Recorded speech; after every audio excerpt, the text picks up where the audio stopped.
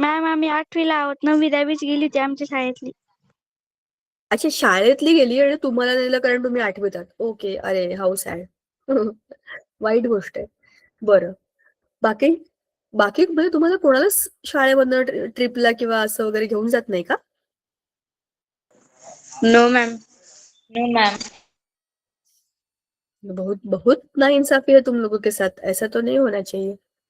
बर. मॅम आम्ही खूप वेळेस सांगितलं तरी नाही जात. गॅदरिंग घेत असतील ना तुमचं ते. गॅदरिंग आणि स्पोर्ट्स मध्येच एकतर भरपूर दिवस जातात ना शाळेचे. पण ऍक्च्युली खरं सांगू, पिकनिक 1 दिवसाची असेल तरी चालते, पण पाहिजे ना पिकनिक. असं कसं बिना पिकनिकचं वर्ष संपून जातं मग. हा. पण पण तुम्ही पण असं नाही करू शकत. तुमचा ग्रुप सगळा वर्ग असला पाहिजे, तरच त्याची मजा असते खरी खरी. एनिवेज, चला आज आपलं केमिस्ट्रीचं लेक्चर आहे. खूप दिवसानंतर आपण केमिस्ट्रीचं डिस्कशन करणार आहे. तुम्हाला माहिती आहे का की आपल्याला कुठल्या टॉपिकचं डिस्कशन करायला पाहिजे आज? कुठला टॉपिक झालाय आपला, कुठला बाकी आहे आपला?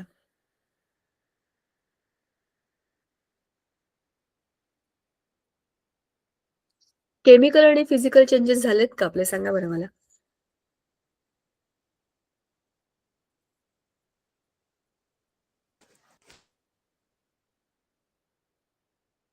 आम्ल आणि आम्लारी म्हणजे ऍसिड बेसेसच्या पुढचा धडा येतो. Chemical reactions and chemical changes.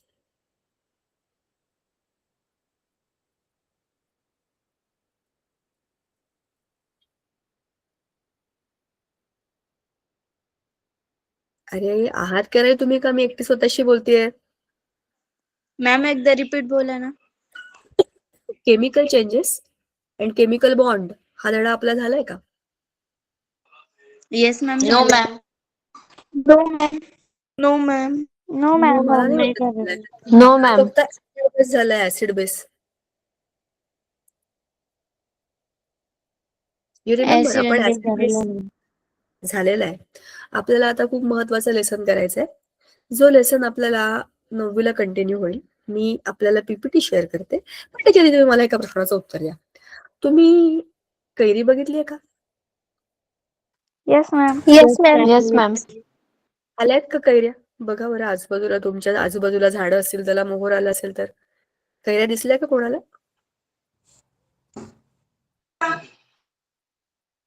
Ma'am छोटे छोटे अजून. एवढ्या एवढ्या छोट्या छोट्या टिंबा एवढ्या.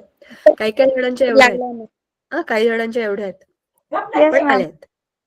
आता आता बघा जानेवारी सुरू आहे. फेब्रुवारी मार्च पर्यंत सगळीकडे कैऱ्याच कैऱ्या असतील. एप्रिल मध्ये बऱ्यापैकी मोठ्या व्यवस्थित आकाराच्या कैऱ्या येतील. जसा एप्रिल संपेल आणि जसा मे महिना येईल, अक्षय तृतीया येते मे महिन्यात, त्या दरम्यान हे सगळ्या कैऱ्या पिकतील. नॅचरली पिकतील. हा, त्या पेटीत टाकून त्याला काय काय केमिकल लावून ते म्हणत नाही मी. नॅचरली पिकतील आणि मग त्या सगळ्या कैऱ्यांचे आंबे होतील.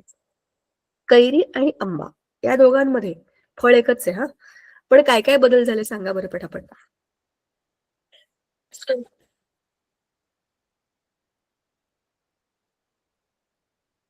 कैरी मॅम, आंबट असते, आंबा गोड असतो. परफेक्ट. अजून?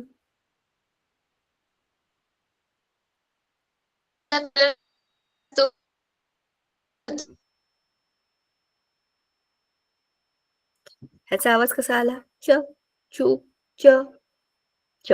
एवढंच कळलं, काही कळलं नाही. काहीतरी सांगितलं खरं तू, पण आवाज नाही आला बरं का अजिबात. कलर चेंज होतो सांगा परत. त्यांचा. वनची टेस्ट माझा चेंज होती. टेस्ट चेंज होते, कळलं. बरोबर. अजून? कलर चेंज होतो मॅम. परफेक्ट. हिरव्याचा थोडासा पिवळसर ऑरेंजिश कलर होतो. शाबाश. अजून?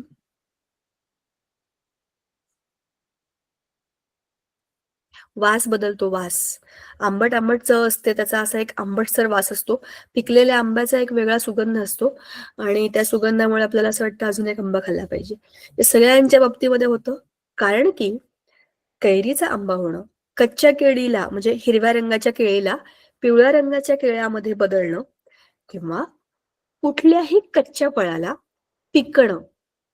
कच्चा लिंबू, पिकलेला लिंबू, कच्चा टोमॅटो, पिकलेला टोमॅटो, कुठलंही फळ तुम्ही घ्या, त्याच्यामध्ये काहीतरी बदलतं. त्याच्यामध्ये काहीतरी केमिकली बदलतं म्हणून ते फळं बदलतात. बरोबर? ही पहिली गोष्ट. दुसरं तर तुम्हाला आता उदाहरण देते मी. एक पेपर आहे माझ्याकडे, म्हणजे कसाच रफ पेपर आहे. तो पेपर मी घेतला आणि त्याला फाडलं आणि 2 तुकडे केले. काय होईल त्या पेपरचं?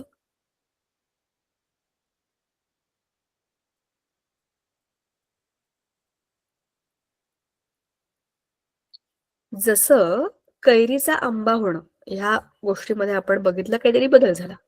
तसा पेपर मी फाडला आणि त्याचे 2 तुकडे केले. ह्याच्यामध्ये काय बदल होईल? असा बदल होईल का? No, ma'am.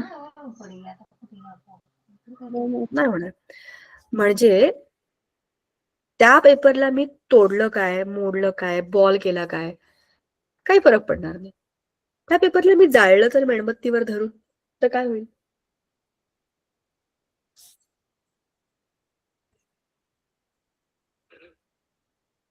बदलेल का पेपर?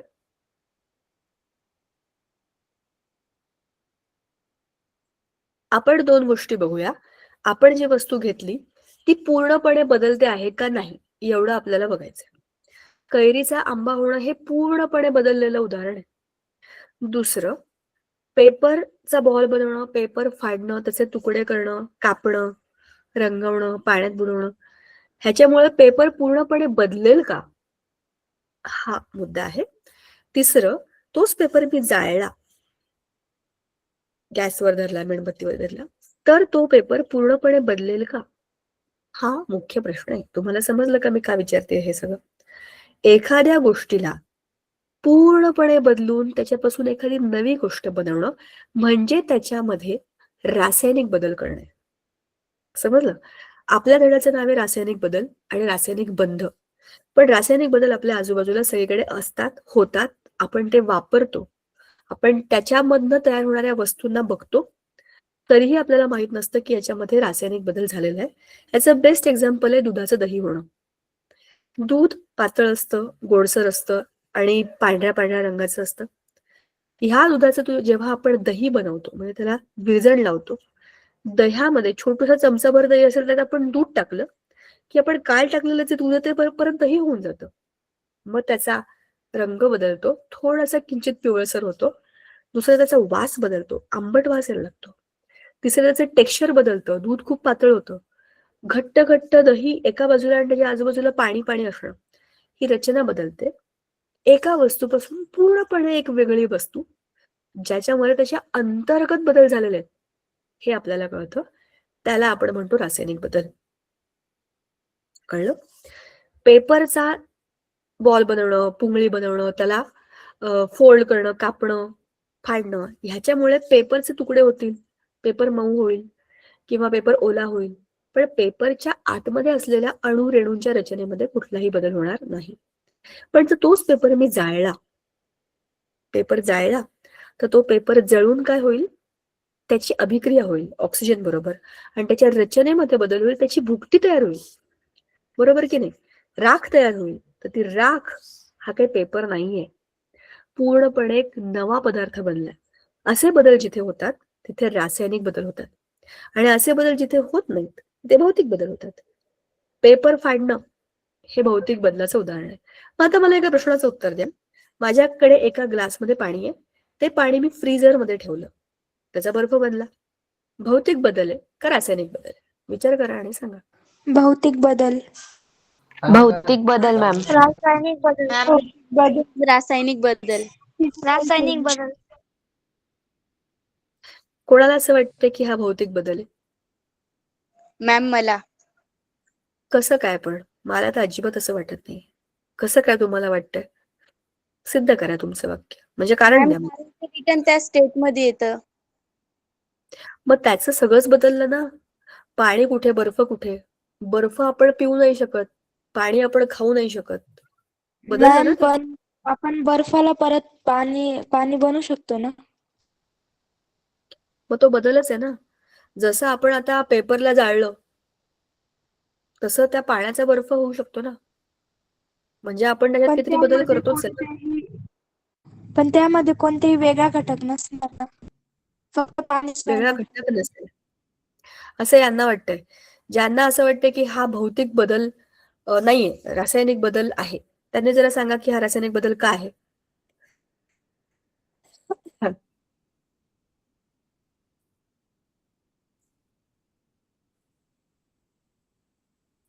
मगाशी तुम्ही बोललात ना की हा रासायनिक बदल वाटतोय, मग सांगा काय आहे?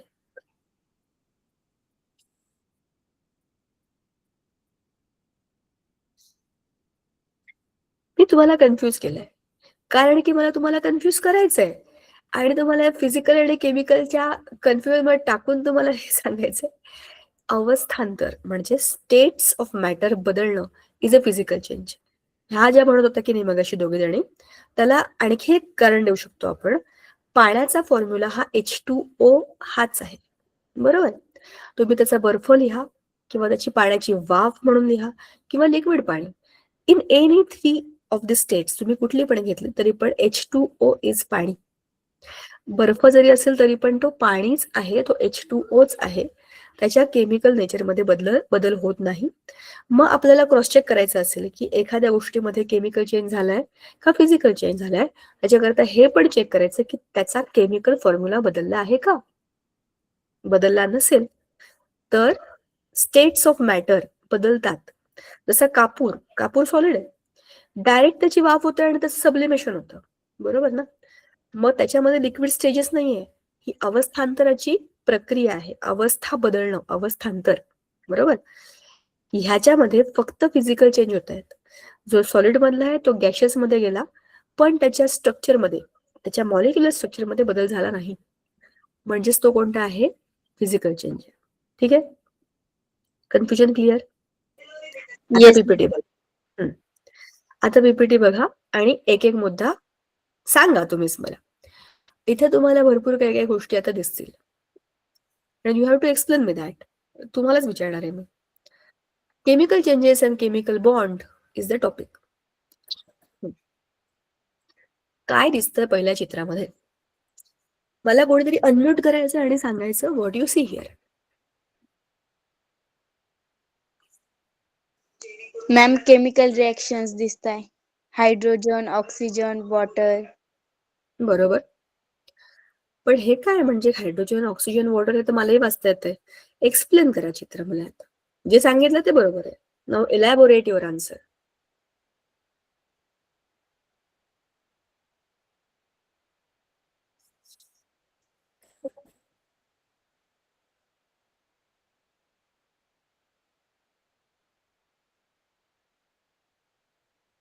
तुम्ही एका वाक्यात उत्तर दिलं ना मला आता. मग आणखीन काय काय गोष्टी दिसतात चित्रात उरलेल्या, त्या एक्सप्लेन करा. आपोआप पूर्ण सांगून टाकाल तुम्ही मला.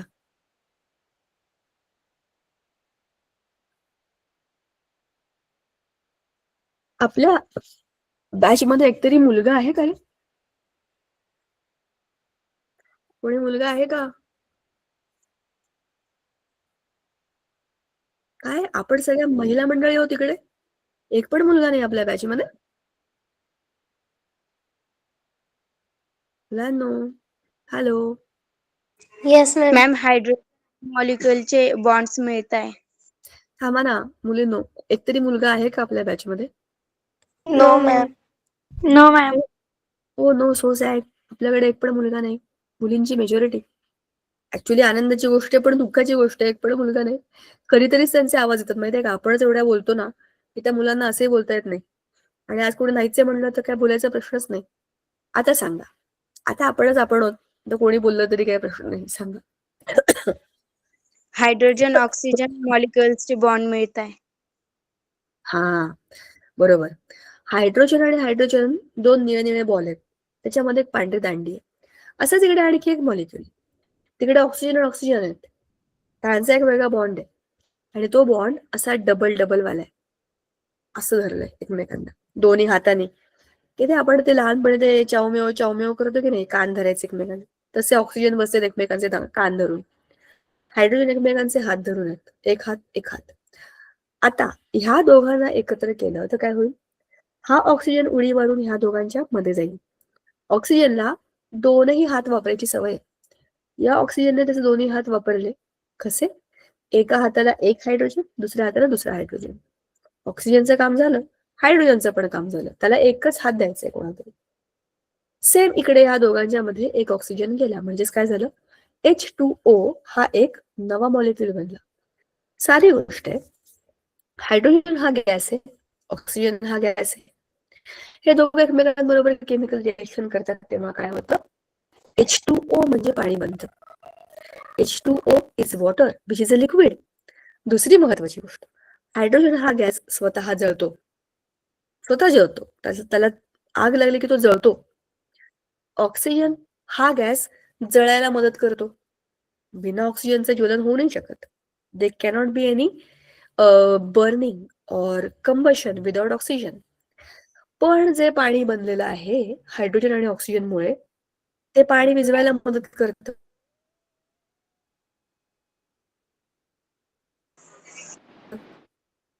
हे कसे माहितीये का मॅम तुम्हाला? आई खूप भांडखोर आहे. भांडखोर आई वडिलांची मुलं.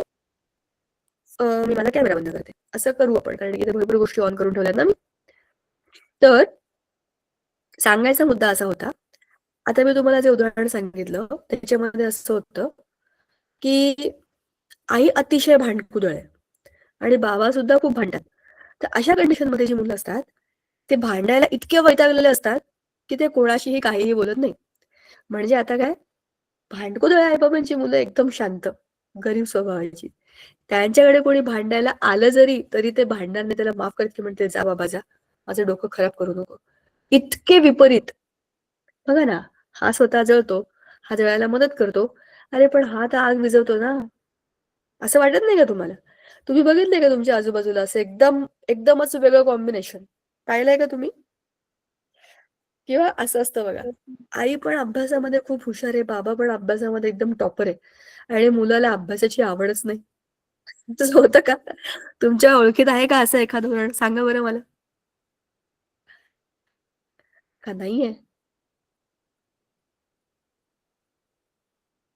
कमाल आहे. केवढे सिरियस लोक आहात तुम्ही. तुम्हाला ऐकू येतोय का पण माझा आवाज, मी जे काय बोलतेय? Yes, ma'am. मॅम मग तुम्ही तुमच्या आजूबाजूला असं कुठलं उदाहरण पाहिलं नाहीये का? पाहिलंय मॅम. मग सांगा की, एवढं काय सिक्रेट ठेवताय, सांगा बिंदास्त. असा कुठला गुणधर्म दिसलाय तुम्हाला असं विचारते मी.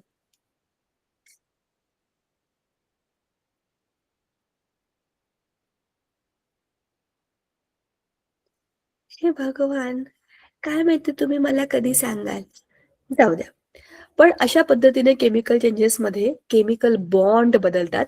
काहीतरी तुटतं, काहीतरी बनतं, काहीतरी तुटतं आणि काहीतरी नवं बनतं. त्याला आपण म्हणतो chemical changes and chemical bonds. Correct? आता बघा, classification of changes and differences between physico chemical changes. हे बघा, हा धडा आपल्या पुस्तकामध्ये दिलेला आहे ना, तो खूप सिंपल, साधा आणि एकदम जनरल दिलेला आहे.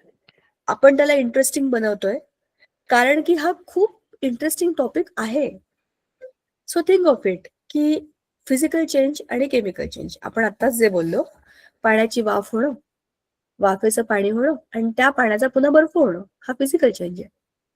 पण जसं फळ तुटणं असेल किंवा गंज चढणं असेल, लोखंडाला गंज चढतो म्हणजे काय होतं, हवेतल्या आर्द्रतेबरोबर त्याची अभिक्रिया होते आणि चांगले लोखंडाचे खिळे गंजतात. बरोबर? म्हणजेच काय होतं, त्याच्या पृष्ठभागावरती काहीतरी केमिकल रिएक्शन होते. तर असे फिजिकल आणि केमिकल चेंजेस आपल्या आजूबाजूला होत असतात. आता इकडे चित्र बघा. बर्निंग म्हणजे कंबशन, रॉटिंग म्हणजे एखादं फळ खराब होणं, सडणं, हा पण एक केमिकल चेंज आहे. चांगली केलेली भाजी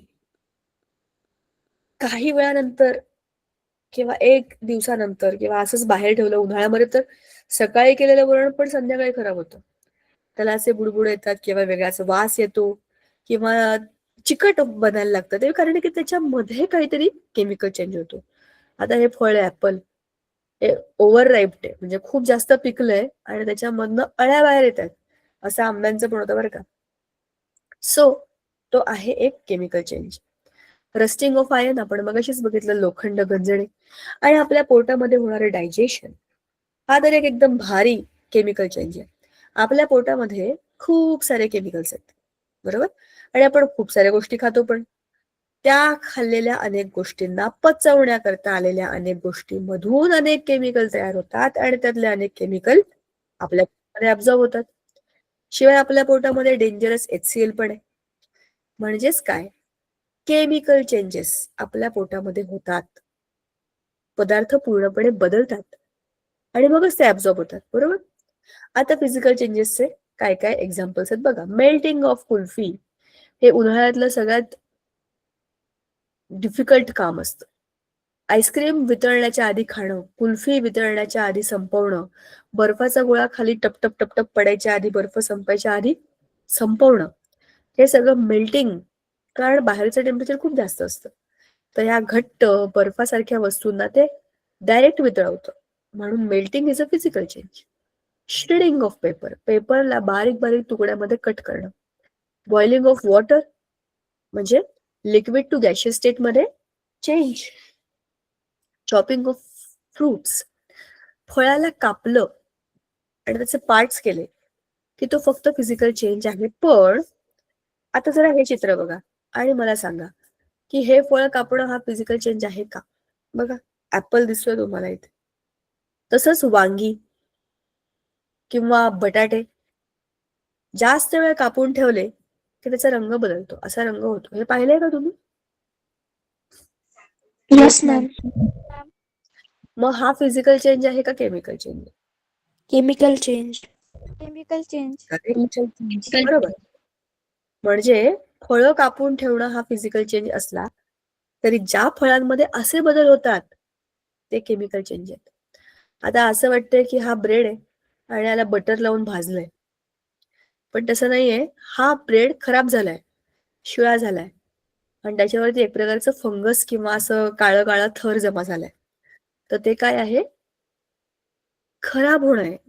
एखादी गोष्ट, अन्न पदार्थ सडणं, खराब होणं, त्याला बुरशी येणं, तशातला भाग आहे. लोखंडाचा गंज हा केमिकल चेंज आहे. माचीस पेटवतो आपण आणि त्याचा जाळ बघतो, हा पण काय? केमिकल चेंज आहे. फळ पिकणं हे तर आपण मगाशीच बोललो. आणि हे तर लॅब मधले 2-2 चित्र दिसतात आपल्याला. काहीतरी बुडबुड येत आहेत, रंग बदल झालाय, ह्याच्यातनं तर ओव्हरफ्लो झालंय, बाहेर आलंय काहीतरी. म्हणजेच काय, इथे काहीतरी वेगळाच प्रयोग झालाय. म्हणजेच काय झालंय, काहीतरी गॅस रिलीज झालाय, वास बदललाय, टेक्स्चर बदललंय दिलेल्या पदार्थांचं, म्हणजेच केमिकल चेंज झालंय. बरोबर. तर असे फिजिकल आणि केमिकल चेंजेस आपल्या आजूबाजूला होत असतात. आता पुढचा मुद्दा जो आपल्याला बघायचा आहे की what are the signs of a chemical change. Chemical change झालाय हे तुम्ही सांगणार कसं? त्याच्याकरता काहीतरी व्हिज्युअल क्लूज पाहिजे फॉर रिकॉग्नायझिंग केमिकल रिएक्शन. तुम्ही कॉपर सल्फेट आणि फेरस, आता फेरस म्हणजे लोखंड आणि कॉपर सल्फेट हे ब्ल्यू कलरचं सोल्युशन आहे. जेव्हा तुम्ही ह्याच्यामध्ये, ह्या निळ्या निळ्या रंगाच्या सोल्युशन मध्ये एखादा लोखंडाचा तुकडा टाकता, तेव्हा तुम्हाला त्या लिक्विडचा रंग बदललेला दिसतो, कारण ह्या लोखंडातला काही भाग ह्या सोल्युशन बरोबर रिएक्ट करतो आणि मग त्याचं बनतं आयर्न सल्फेट.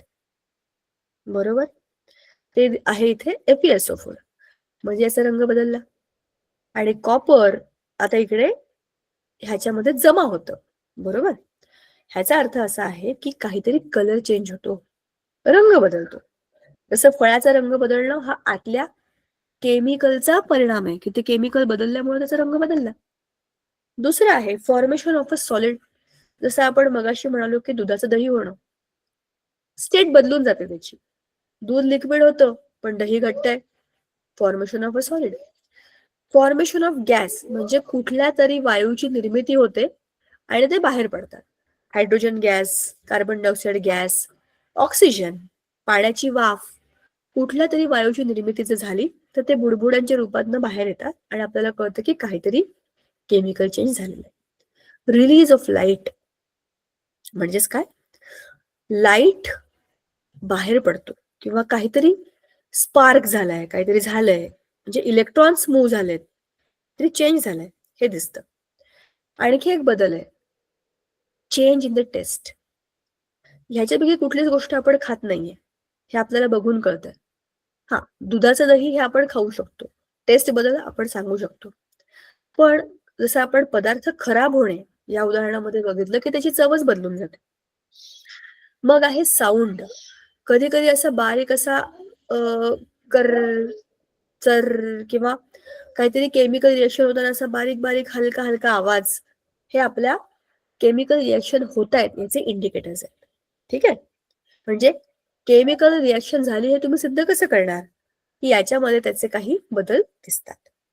ठीक आहे, एक मिनिट हा.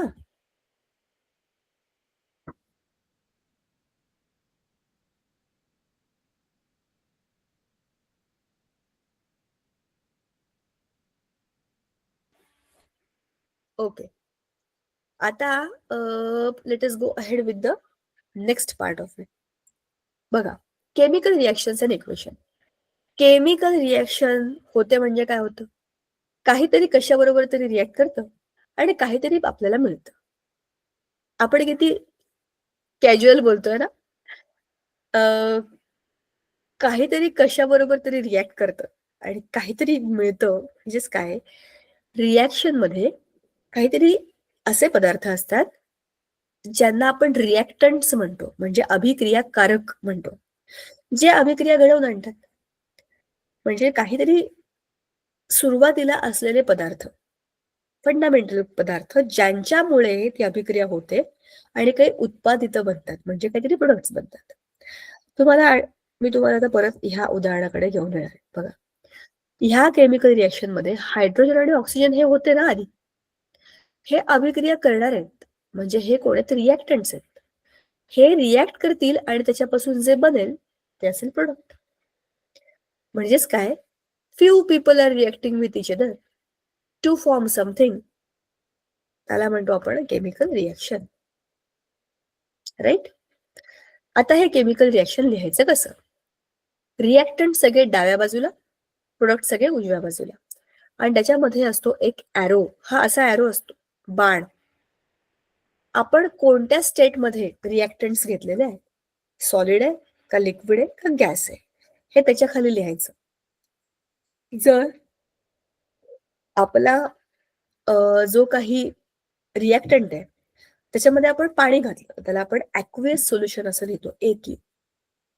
जर आपण आपल्या केमिकल रिॲक्शन मध्ये उष्णता दिली, म्हणजे हीटचा वापर केला, तर ह्या ॲरोच्या वरती ट्रँगल काढतात असा, त्याचा अर्थ आहे हीट. एक्स हा फॅक्टर कॅटलिस्ट म्हणून वापरतात.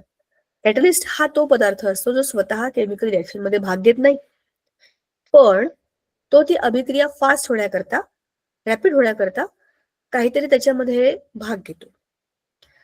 जेव्हा आपण एकाहून अधिक अभिक्रियाकारक किंवा एकाहून अधिक उत्पादित लिहितो, तेव्हा ते दाखवण्याकरता प्लस साईनचा वापर करतात. It shows combine.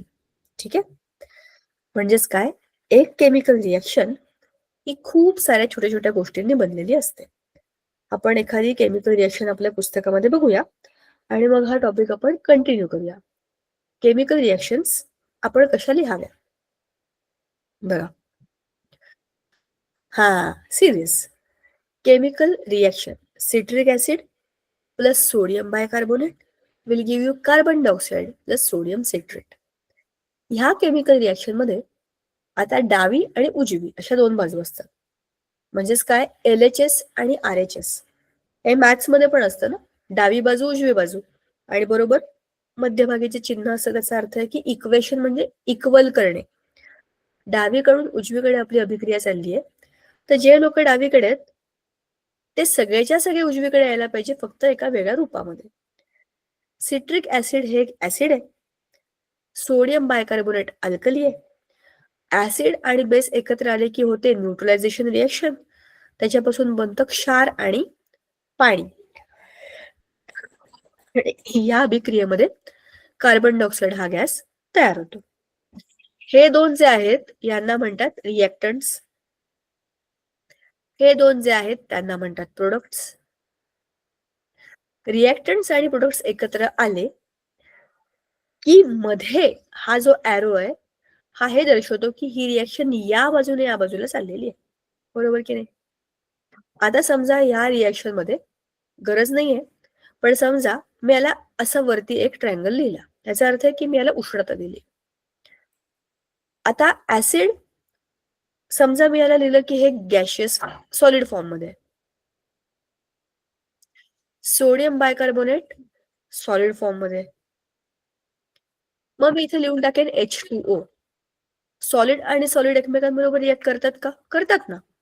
पण मला ॲक्वेस सोल्युशन घ्यायचं असेल, पाण्यामध्ये रिॲक्शन करायची असेल, तर हे 2 सॉलिड घेतले आणि मग मी त्याच्यात पाणी घातलं आणि मग मला हा कार्बन डायऑक्साईड गॅस मिळाला आणि सोडियम सिट्रेट सॉलिड फॉर्म मध्ये मिळालं. अशी मी ती अभिक्रिया आणखीन जास्त एलॅबोरेट करू शकते, म्हणजे नीट मांडू शकते. हे बघूनच कळतं ना, सॉलिड होतं, पाणी घातलंय, गॅस रिलीज झालाय, बरोबर. ह्या काही इंडिकेटर्सचा वापर करून आपण केमिकल रिॲक्शन लिहितो. आता chemical changes in our everyday life हा अतिशय महत्वाचा मुद्दा आहे. या धड्यातला USP आहे हा. आपल्या दैनंदिन आयुष्यामध्ये खूप सारे केमिकल चेंजेस होतात. सगळ्यात पहिलं आहे नॅचरल केमिकल चेंजेस. जे नॅचरली आपल्या आजूबाजूला होतात त्यातला पहिला आहे रेस्पिरेशन. रेस्पिरेशन ही सगळ्या लिव्हिंग थिंग्सची मॅन्डेटरी रिक्वायरमेंट आहे. तुम्ही सजीव आहात कारण की तुम्ही रेस्पायर करताय. तुमच्या शरीरातला प्रत्येक सेल रेस्पिरेशन करतोय. ह्याचाच अर्थ असा आहे की you are doing respiration as a chemical process. कसं? आपल्या प्रत्येक सेलमध्ये आहे ग्लुकोज, एनर्जी किंवा फूड, आणि जेव्हा आपण ऑक्सिजन घेतो, रेस्पिरेशन करतो म्हणजे काय? आपल्या बॉडीमध्ये ऑक्सिजन येतं, बरोबर की नाही? हे ऑक्सिजन काय आहे? बर्निंग करणारा गॅस आहे. ह्या दोघांना एकत्र आल्यावरती रेस्पिरेशनच्या प्रोसेसमध्ये कार्बन डायऑक्साईड आणि पाणी बनतं आणि याच्या बरोबर असते एनर्जी जी आपण वापरतो. फक्त कार्बन डायऑक्साईड आणि पाणी बनवण्याकरता रिएक्शन होत नाही. ह्याच्यामधून आपल्याला एनर्जी मिळवायची आहे. हा मेन प्रोडक्ट आहे आणि हे आहेत बाय प्रोडक्ट. आपल्या नाकामधून जेव्हा आपण एक्सेल करतो तेव्हा पाण्याची वाफ पण निघून जाते कार्बन डायऑक्साईड बरोबर. बरंच पाणी आपल्या एक्सेलेशनमुळे बाहेर पडतं. तर ही जी रिएक्शन आहे ही आहे chemical reaction of respiration. It's a continuous but a biological process. सगळ्या लिव्हिंग थिंग्स मध्ये होते, प्लांट्स मध्ये पण होते. कारण प्रत्येक सेलमध्ये ग्लुकोज आहे, ती एनर्जी आहे. आपण जेव्हा म्हणतो मला खूप आता उन्हाळा येतोय, उन्हाळ्यामध्ये उष्णतेचा त्रास होतो, मग काय करायचं? तर एनर्जी ड्रिंक प्यायचं, ग्लुकोन डी प्यायचं, ग्लुकोजची बिस्किटं खायची. त्याच्यामुळे इन्स्टंट एनर्जी मिळते. ते ग्लुकोज दुसरं तिसरं काही नाही, हेच आहे ते ग्लुकोज. त्याचा फॉर्म्युला आहे हा शुगर C6H12O6 आणि ऑक्सिजन आपल्या रेस्पिरेशन मधनं आला. मग हा 6C आणि 6O2 मिळून काय बनला?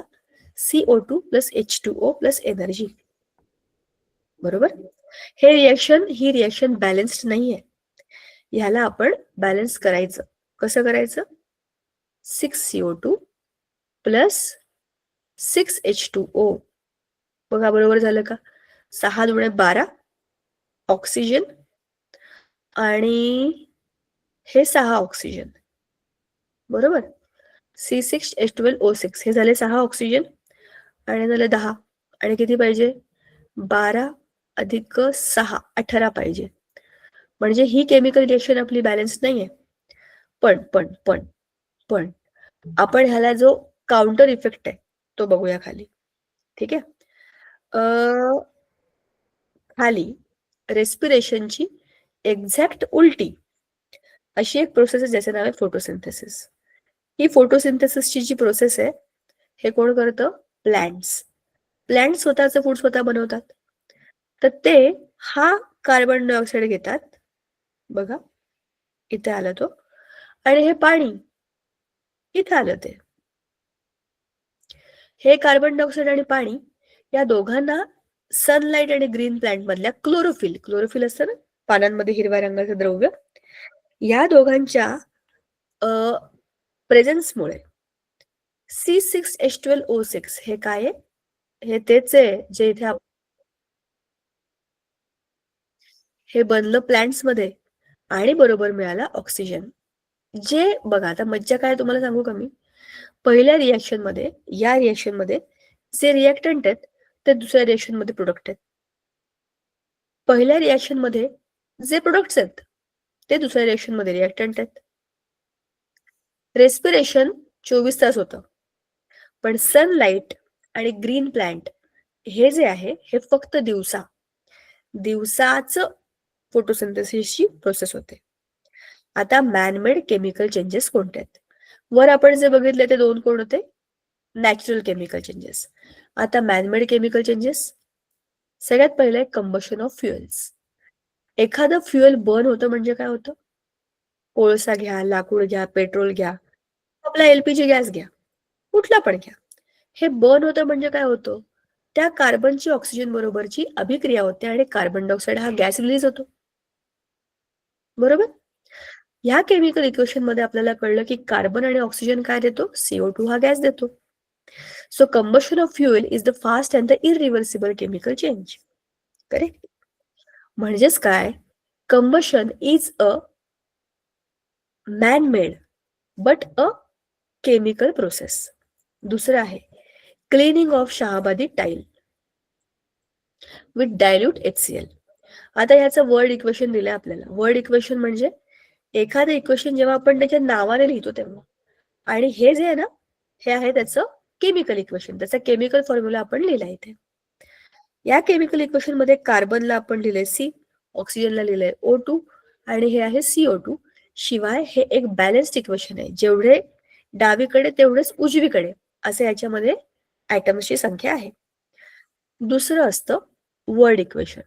Calcium carbonate CaCO3, hydrochloric acid HCl. एवढं मोठं नाव लिहून आपण त्याचा केमिकल फॉर्म्युला नाही लिहिला तरी वर्ड इक्वेशन मधनं आपल्याला कळतं की कॅल्शियम क्लोराईड आणि कार्बन डायऑक्साईड आणि वॉटर ह्याच्यामध्ये झालंय काय? Calcium carbonate plus hydrochloric acid will give you calcium chloride आणि कार्बन डायऑक्साईड प्लस वॉटर. ह्या दोनही गोष्टी याच्यातनं बनतात. सो ह्याचा अर्थ काय आहे? शहावारी फरशी म्हणजे आपल्या टाईल्स. ह्या टाईल्स वरती जेव्हा आपण डायल्यूट HCl टाकतो याचा अर्थ असा काय आहे की याच्यामध्ये जे काही ऍसिड्स बनलेत, म्हणजे जे काही ऍसिड आपण टाकलंय त्याच्यामुळे त्याची केमिकल रिएक्शन होते त्याच्या सरफेस बरोबर. त्या शहाबादी टाईल मध्ये आहे कॅल्शियम कार्बोनेट, जो की एक बेस आहे. कॅल्शियमचा कार्बोनेट फॉर्म आहे. बेस म्हणजे बेसिक क्षार आहे त्याचं ते. आणि त्याचं जेव्हा ऍसिड बरोबर रिएक्शन होते तेव्हा त्याच्यामुळे कॅल्शियम क्लोराईड, कार्बन डायऑक्साईड आणि वॉटर ह्या गोष्टी बनतात. बरोबर? दुसरं आहे softening of hard water. Softening of hard water म्हणजेच काय? असं पाणी ज्याच्यामध्ये फेसच होत नाही. अनेक ठिकाणी तुम्ही बघितलं असेल टँकरचं पाणी येतं, बोरचं पाणी असतं किंवा ते मोटेचं पाणी असतं. बऱ्याच ठिकाणी त्या पाण्यामध्ये फेसच होत नाही. तुम्ही शॅम्पू, केसांना आंघोळ करताना शॅम्पू लावा, नाही तर साबण लावा, नाही तर कपडे धुवा, नाही तर भांडी घासा, कितीही पाणी वापरा आणि कितीही साबण वापरा, पण त्याच्यामध्ये फेसच होत नाही. कारण की त्या पाण्यामध्येच खूप सारे कॅल्शियम आणि मॅग्नेशियमचे क्लोराईड किंवा सल्फाईड असे क्षार असतात त्याच्यामध्ये. जर त्याच्यामध्ये एवढे क्षार असतील तर त्या पाण्याचं फेस बनवण्याकरता त्याच्यामध्ये काही नाहीच आहे ना, कंटेंटच नाही, सगळं त्याच्यामध्ये ऑलरेडी डिझॉल्व्ह झालेलं आहे. मग अशा केसमध्ये त्या पाण्यामध्ये आपण फेस कसं बनवणार? फेस होण्याकरता त्या पाण्यामध्ये त्या साबणाच्या मॉलिक्युलला डिझॉल्व्ह व्हायला पाहिजे ना. ऑलरेडी डिझॉल्व्ह सॉल्ट्स असेल तर मग ते होणार कसं? त्या केसमध्ये अशा दुष्फेन पाण्यामध्ये म्हणजे हार्ड वॉटरमध्ये आपल्याला टाकावा लागतो धुण्याचा सोडा, जो की आहे सोडियम कार्बोनेट. हा सोडियम कार्बोनेट त्या कॅल्शियम क्लोराईडच्या क्षारांबरोबर रिॲक्ट करतो. कॅल्शियम कार्बोनेट आणि सोडियम क्लोराईड म्हणजे मीठ तर पाण्यामध्ये डिझॉल्व्ह होतं आणि कॅल्शियम कार्बोनेटचा पांढऱ्या रंगाचा प्रेसिपिटेट बनतो, जो खाली तळाशी जाऊन बसतो. वरचं पाणी चांगलं असतं, त्याच्यामध्ये तुम्ही आता सुफेन पाणी म्हणजेच काय रेग्युलर वॉटर किंवा सॉफ्ट वॉटर म्हणून ते वापरू शकता. ठीक आहे. आता ही जी केमिकल रिएक्शन आहे ही अनबॅलन्स्ड आहे. का बघा, इकडे 2 क्लोरीनचे मॉलिक्युल, इथे एकच आहे. मग आपण आता याला बॅलन्स करू ना. 2 Na2 झालं, Cl पण 2 झालं, कॅल्शियम कार्बोनेट ऑलरेडी बॅलन्स्ड आहेच. अशा पद्धतीने ही पण एक सॉफ्टनिंग ऑफ हार्ड वॉटरची आपली रेग्युलर पण मॅनमेड केमिकल प्रोसेस आहे. आता केमिकल बॉन्ड म्हणजे काय? हा या धड्यातला सगळ्यात शेवटचा मुद्दा आहे. केमिकल बॉन्ड हे 2 प्रकारचे असतात. चला, जर आपण आता डिस्कशन करूया, कारण हा टॉपिक झाला की आपण थांबणार आहोत आज. जरा मी माझा कॅमेरा ऑन करते, तुम्ही पण तुमचे कॅमेरे ऑन करा रे. बघू तरी तुम्ही आपापल्या ठिकाणी बसून जागे आहात का, काय करताय. बघा, 2 प्रकारचे बॉन्ड असतात. एक असं आहे, माझं घर आहे, माझ्या घरामध्ये एक एक्स्ट्रा रूम आहे, ती मला रेंटने द्यायची आहे. तर समजा माझ्या घरी मानसी आली, ताई मला कॉलेजमध्ये ऍडमिशन घ्यायचंय, तुमची रूम जी एक्स्ट्रा आहे तिकडे मी भाड्याने घेऊ का. मी म्हणेन ठीक आहे, काय हरकत नाही, मी तुला ओळखते. पण मग त्याच्याकरता आम्ही काय करू, एक कॉन्ट्रॅक्ट बनवू. माझं घर आहे, ती वापरणार आहे, 11 महिन्याचा 2 वर्षाचा, तिचा काय जो काय कोर्स ती ठरवेल, मी ठरवेन, त्याप्रमाणे एक डॉक्युमेंट बनेल. घर आहे माझं, रूम पण आहे माझी, पण वापरते मानसी. अशा कंडिशन मध्ये काय होतंय, माझी वस्तू दुसऱ्या कोणतरी वापरते, पण त्याचा हक्क त्याच्याकडे, कारण त्याचे पैसे ती मला देते. असं जे बॉन्डिंग असतं ते असतं आयनिक बॉन्डिंग. माझी वस्तू दुसरं कोणतरी वापरतोय, पण ती त्याची म्हणून वापरतोय. मला काही प्रॉब्लेम नाही, कारण मला जे हवं होतं ते मला मिळालंय, माझ्याकडे डॉक्युमेंट आहे, मला माहिती आहे माझी रूम माझ्याचकडे राहणार आहे, पण ती तिने वापरलेली मला चालणार. हे म्युच्युअल अग्रीमेंट आहे, याला म्हणतात आयनिक बॉन्ड. दुसरा असतो कोव्हॅलंट बॉन्ड. हॉस्टेल आहे, मानसी म्हणाली कशाला रूम बिम, मी हॉस्टेलला जाऊन राहते. हॉस्टेल रूम आहे, त्या हॉस्टेलमध्ये 2 बेड आहेत. एका बेडवर समजा मानसीने सांगितलं की मी ही रूम घेणार आहे, हा बेड माझा. दुसरा बेड रूम मधला कोणी घेऊ शकतं, प्रणाली घेऊ शकते, स्वप्नाली घेऊ शकते, अनुष्का घेऊ शकते, किंवा मी पण घेऊ शकते. मला एखादा कोर्स करायचा असेल तर मी जाईन की त्यांच्या कॉलेजमध्ये. तर त्या हॉस्टेल रूमच्या त्या रूम मध्ये 2 बेड आहेत. एक बेड मानसीचा, दुसरा कोणाचाही. ते दोनही बेड त्या रूमचे आहेत. म्हणजे ती रूम आता मानसीची पण आहे, त्या मुलीची पण आहे, तरी दोघींची नाही आहे, कारण ते रेंटवर आहेत तिकडे दोघही. अशा पद्धतीने जे बॉन्ड बनतात त्याला म्हणतात कोव्हॅलंट बॉन्ड. आता थोडासा आपण आता फनी पार्ट बघूया. आपल्याकडे इंडियन मॅरेजेस, मला आपल्या सगळ्या सिस्टीम्सवरती खूप विश्वास आहे, माझं खूप प्रेम आहे भारतावरती, आपल्या सगळ्या संस्कृतीवरती पण माझा पूर्ण विश्वास आहे, आणि मी त्याच्यावरती काहीच टिप्पणी करत नाहीये. पण मी तुम्हाला त्यातला एक मजेशीर फॅक्टर सांगते. आपल्या देशामध्ये तुम्ही बघितले असेल, तुमच्या आजूबाजूला खूप कपल्स असे असतात, रात्रंदिवस एकमेकांशी भांडतात, त्यांचं एकमेकांशी बिलकुल पटत नाही, मरेन पण तुझ्या बरोबर राहील, अशी जी एक वृत्ती आहे ती आयनिक बॉन्ड आहे. लग्न झालंय ना, खेळायचं एकमेकांना, पण एकमेकांच्या बरोबरच राहायचं, प्लस मायनस आयनिक बॉन्ड. कारण पॉझिटिव्ह निगेटिव्ह एकदम अपोजिट असतात, ते एकदम अपोजिट. इतके अपोजिट की एक +1 एक -1 इतका जबरदस्त अपोजिशन, आणि +1 ला इक्वल -1 तोडीस तोड. युद्ध करतात स्वतःच्या घरामध्ये, पण तरी एकत्र राहतात. That is Indian marriage. दुसरं आहे बाकी देशांमध्ये, जसं आपल्या हॉस्टेल रूमचं होतं, पटलं एकत्र राहा, नाही पटलं जा आपापल्या मार्गाला, म्हणजे त्याच्यामध्ये कन्स्ट्रेन नाही. ते आहे कोव्हॅलंट बॉन्ड. दोघं शेअर करतात. कोव्हॅलंट बॉन्ड मध्ये काय शेअर करतात, इलेक्ट्रॉन्स शेअर करतात. हा एक हायड्रोजन मॉलिक्यूल आणि दुसरा हायड्रोजन मॉलिक्यूल, दोघांमध्ये एका इलेक्ट्रॉनची कमी आहे ड्युप्लेट पूर्ण करायला. मग हा हायड्रोजन दुसऱ्या हायड्रोजनला म्हणतो आपण शेअर करूया आपले इलेक्ट्रॉन्स. हे जे इलेक्ट्रॉन्स त्यांनी शेअर केलेले असतात बघा, हा आणि हा एकमेकांच्या वर खाली असतील, तर याचा एक इलेक्ट्रॉन याच्याकडे जाईल, याचा इलेक्ट्रॉन याच्याकडे जाईल, मधल्या पोकळीमध्ये ते दोन्ही इलेक्ट्रॉन, ते दोघांचे पण आहेत, पण ते दोघांचे पण नाही आहेत, तरी दोघांनी मान्य केली ही गोष्ट, त्याला म्हणतात कोव्हॅलंट बॉन्ड. आयनिक बॉन्ड मध्ये असं नाहीये. सोडियम क्लोराईड त्याचं एक्झाम्पल आहे. सोडियमने त्याचा इलेक्ट्रॉन देऊन टाकला, क्लोरीनने तो इलेक्ट्रॉन घेऊन टाकला. सोडियम झाला सोडियम पॉझिटिव्ह, क्लोरीन झाला क्लोरीन निगेटिव्ह, म्हणून ते प्लस मायनस एकमेकांना अटॅच करतात, कारण की ते equal opposite force of attraction, electrostatic force of attraction एकमेकांना बॉन्ड करतात. That is ionic bond. So these are 2 types of bonds that we will discuss next time in detail from book also and from the PPT as well. आज आपण इकडे थांबूया. आपण जे काही discuss केलं तुम्हाला कळलं का? आपण टाइप्स ऑफ चेंजेस बघितले, फिजिकल आणि केमिकल.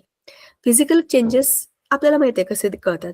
केमिकल चेंजेस शोधण्याकरता काय काय क्रायटेरिया असतात किंवा काय काय मुद्दे असतात ते पण सगळे आपण डिस्कस केले. पुढची गोष्ट आपण ही पाहिली की ह्या फिजिकल आणि केमिकल चेंजेसच्या पलीकडे आणखी एक महत्वाची गोष्ट असते की केमिकल बॉन्ड्स बनतात कसे. केमिकल रिएक्शन्स लिहायच्या कशा. केमिकल रिएक्शन्समध्ये रिएक्टंट्स असतात, प्रोडक्ट्स असतात, मध्ये ॲरो असतो, बरोबर. बाकी भरपूर गोष्टी आपण बोललो. त्याच्या पुढे आपण हे सुद्धा बोललो की वेगवेगळ्या केमिकल रिएक्शन्स, फिजिकल, केमिकल आणि केमिकल रिएक्शन्स नॅचरल आणि मॅनमेड. आणि आता आपण जे बोललो ते होते केमिकल रिएक्शन्सचे म्हणजे बॉन्ड्सचे प्रकार. ते आपण पुढच्या वेळेला कंटिन्यू करूया. थांबूया आपण आज. कळलं का तुम्हाला? बऱ्यापैकी काय काय बोलतोय आज आपण. Yes ma'am. Yes ma'am. Thank you so much. भेटूया पुढच्या वेळेला. Bye bye. Bye ma'am. Thank you ma'am. Bye, ma'am.